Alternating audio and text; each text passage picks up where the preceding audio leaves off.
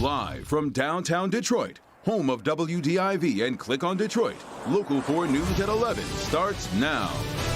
Political sign stealing has sunk to a new low. A worker in Oakland County is hurt trying to move a booby-trapped sign. Mara.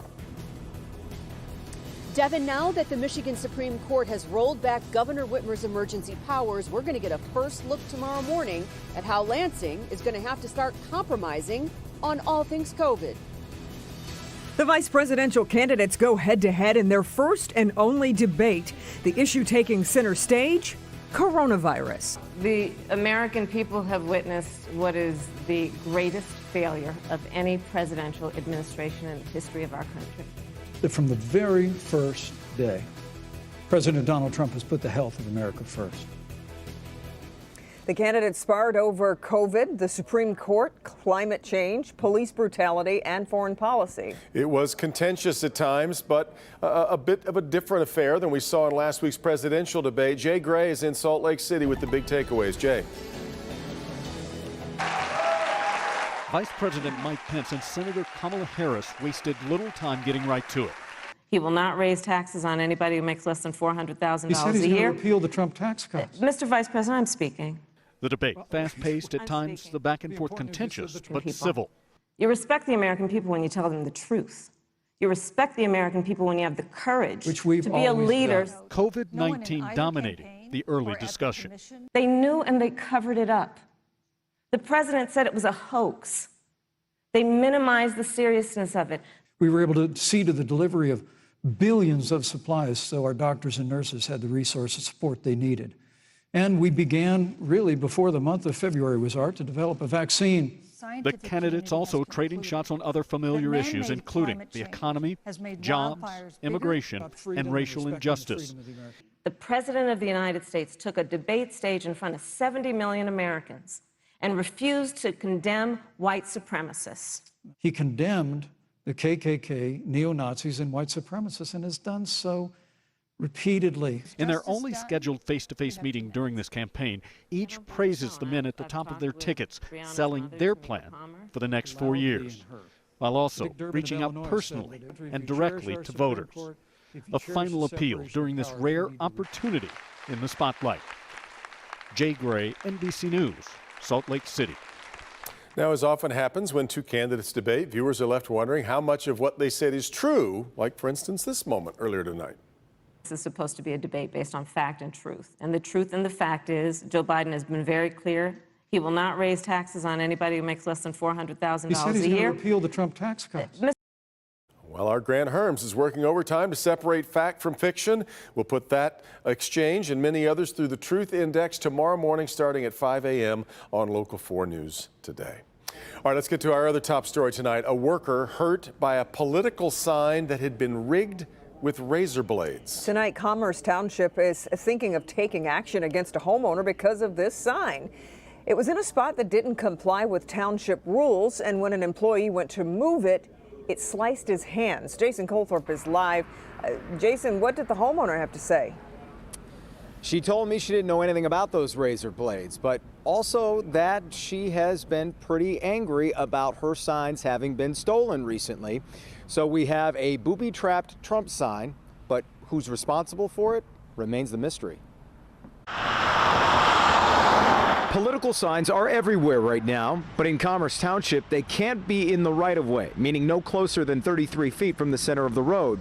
Today, a worker stopped to remove two signs that were 9 feet too close on Sleeth Road. He pulled over, reached down to grab it, thinking to just flip it up in the back of the truck.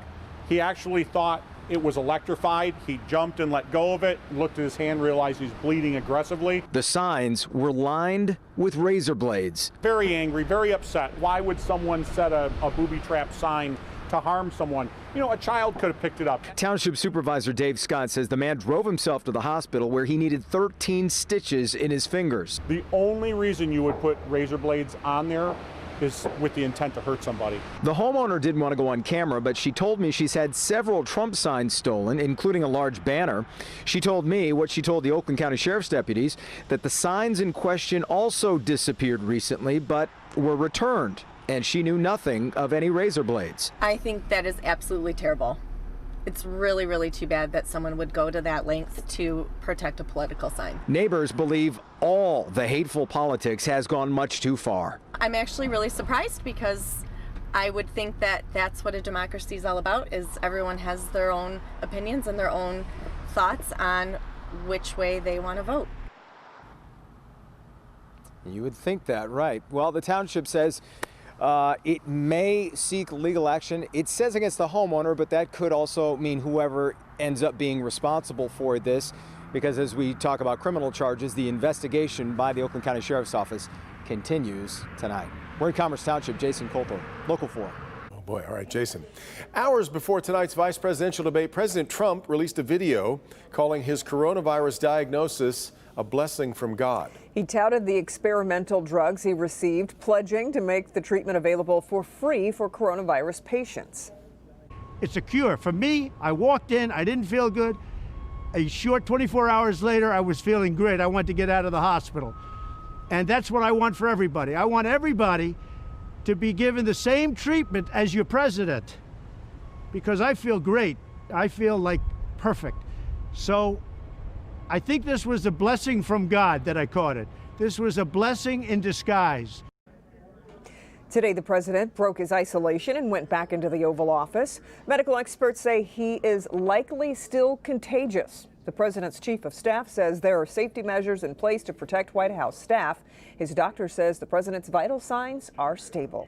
On Twitter today, the president weighed in on the state Supreme Court ruling that struck down Governor Whitmer's emergency powers. He called it a, quote, big win for the people of Michigan, urging the reopening of schools. And that ruling is the reason the state Senate is returning to Lansing tomorrow. Mara McDonald is live with a preview of what the Senate session could mean for the orders we've been following for months now. Mara? Hi, Kimberly. So here is what we expect to happen tomorrow morning. The Senate goes into session. We know they are going to be taking up a number of COVID-related bills, everything from COVID in nursing homes to COVID-related unemployment. But after that is where things are going to get really interesting, because the Senate Majority Leader says he is going to start talking about how now they're going to have to try and move Michigan forward. The Michigan Supreme Court did two things. Number one, in a split decision, it overturned a 1945 law that Whitmer had been using to churn out executive orders with no checks and balances from the legislature. And two, in a unanimous decision, the court said all of her executive orders past April 30th of this year are not valid because there was no input from the Michigan legislature. As a result of the court and legislature's action, our COVID-19 cases will very likely go up. There will be uncertainty, disruption, and possibly greater risk to our economy, more people quarantined, and more deaths. Tomorrow, Senate Majority Leader Mike Shirkey, who does not support a statewide mask mandate, is set to talk about what's next. The governor, meanwhile, has had the Michigan Department of Health and Human Services step in to keep mask mandates in place. Health departments have sweeping authority in a pandemic. All of which means don't expect masks to become optional. But the days of the governor issuing executive orders are over unless it's a deal reached with the legislature. They managed to pull together to pass a bipartisan budget ahead of schedule the last week of September. We're about to see how well our elected leaders can compromise and cooperate with each other. Back here live, bottom line, don't expect any massive changes immediately. I think we're going to have to see people dealing with each other on what they think, for example, density should be in restaurants. Should you reopen bars at a certain level? We're about to see how that's about to go. We're live downtown tonight. I'm Mara McDonald. Back to you. Okay, Mara, we'll be watching. Thanks.